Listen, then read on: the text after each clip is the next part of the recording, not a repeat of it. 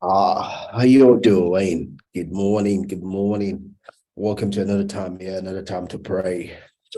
Sorry, I have a bit of congestion. I'm getting over that.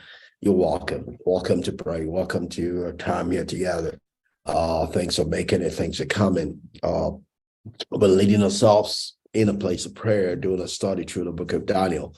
We're presently in Daniel chapter 10, and we're looking at verse 13, and we're looking at the word which stand, what it means to stand family, right? As a spiritual strategy in warfare, standing your ground, right? And we're looking at several scriptures building on that.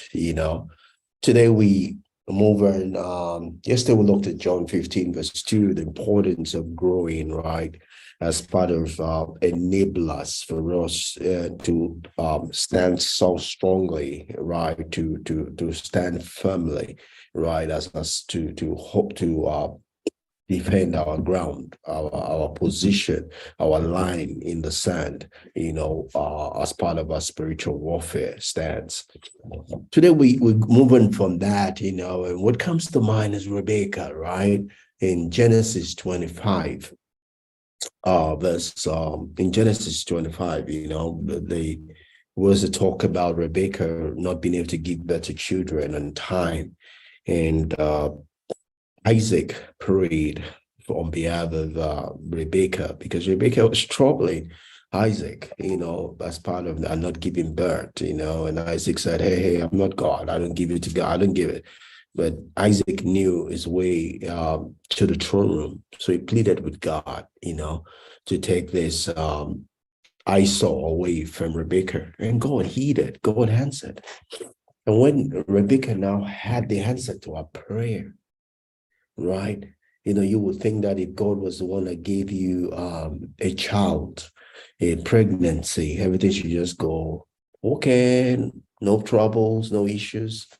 And that was a dilemma, right, that Rebecca got herself into. She was pregnant and she had so much trouble, in her pregnancy. So she asked the question, is this from God? Does the things that come from God have this kind of trouble with it? The answer is yes. God has not excluded us from reality or from life. The struggle is real.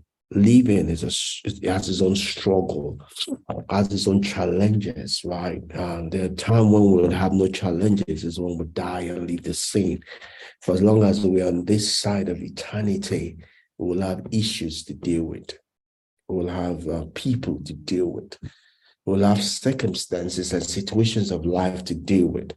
It comes as part of a package of being alive. The day you don't want any of that is the day you're saying you want to die, you want to leave the scene. But while we're on this side of eternity, it comes with its challenges, it comes with a struggle. It's not a matter of wishing it away, it's a matter of rising above it, right? It's a matter of catching your own wave and surfing, with style, with swag over it, right? It's your catching your wind, right? Setting your sail to use the wind and not praying that the wind will not be there. Living entails temptations, trials, hardship, difficulties, right? And God will not isolate us from all of this. God's own idea is that we overcome, not that we avoid, right? Or be isolated or insulated from all of this. Looking for insulation is looking for defeat. Is saying you don't want to live to the utmost of what God has put in the inside of you, right? So our place in overcoming is our place of knowing who we are, what we want, and defending that against the storms of life, against the troubles, the disappointments, right? Not losing our stand, even though things around us are seemingly to want to go against what we want, where we're going, right? God wants to give us victory, not isolate us from them. God wants to bless us in spite of this, right? That is what we call the good warfare. And we're just sharing on the struggle is real, right? None of us is here to live, to escape life. God does not isolate or immune us from life. We live successfully. We'll fight the good warfare. True life in this world. We're not of this world, yes, but we're yet in this world. And we're expected to live victoriously in this life, with this life, in spite of this life. We're expected to live victoriously, right? Many are the afflictions of the righteous, true, but God delivers them from it all. Those afflictions are not meant to kill you. They are meant to make you. They are meant to make you. They are meant to make you. They are meant to grow you. They are meant to develop you. They are meant to mature you. They are meant to build you up, right? So that you use them. They don't use you. That is God's mind concerning us in this life. So we have no excuse. We have no excuse of failure. We have no excuse to live less than all God has ordained for us, all God has put on the inside of us, right? It's the very things that are seemingly limiting us are put there to elevate us. They are put there to take us home. They are put there to make us succeed. They are put there to make us grow. They are put there to make us mature. They are put there to make us attain to the place of glory that God has ordained for us.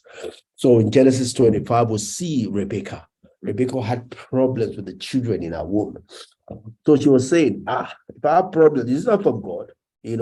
Let's read a specific statement. Rebekah said, and in Genesis 25, 21 and 25, 25 part, Rebekah was saying, it says that, but the children struggled together within her. She was pregnant by God, by God's ordination, God's blessing. But that blessing was now causing some discomfort in her. Yes, it's a beautiful thing to have children. But those children were struggling on the inside of her. Just like we say, have children that kick. But this one are not just kicking, but they are struggling on the inside of her and caused her so much discomfort. So you had to say, she said, if all is well, why am I like this? If all is well, why am I like this? If all is well, why is there confusion in my life? If all is well, why is there sickness in my life? If all is well, why are there disappointments in my life? If all is well, why are there contentions in my life? If all is well, why is there some people don't like me? If all is well, why am I missing some targets? If all is well, you can fill in the blank. But all is well. All that's going on is just showing you that you are in this world. You are not in heaven yet. You are in this world, not in heaven yet. You are in this world, right? And everything that is happening around you, you have what it takes to handle them. You need to rise up to them. If God allows them to happen in your life, it's because you can handle them, right? That you need to stand firm, stand strong, and not be shivering, and not be doing as if you've seen something that no other person has ever seen. No, there's a God in heaven that could have allowed them, that could have stopped them from coming into your life, but he did allow them because he believes you are endowed with the ability to overcome them.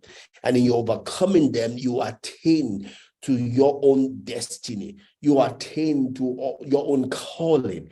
You allow the giant that is inside of you to wake up to life.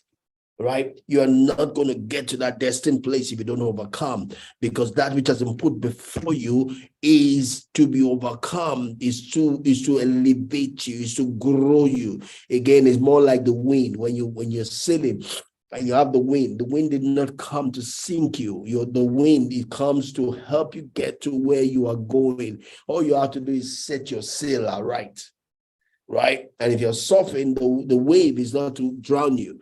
The wave is for you to allow you surf, right? You catch the right wave and you surf on it, right? The issues of life have not come to kill you, to mess you up. God can, with it, help you overcome it. God wants to use it to grow you, to mature you, to get you to the place of your calling, the place of your destiny. So use life. Don't be used by life. Don't be overcome by life, but overcome life, right? God help us all in Jesus' name.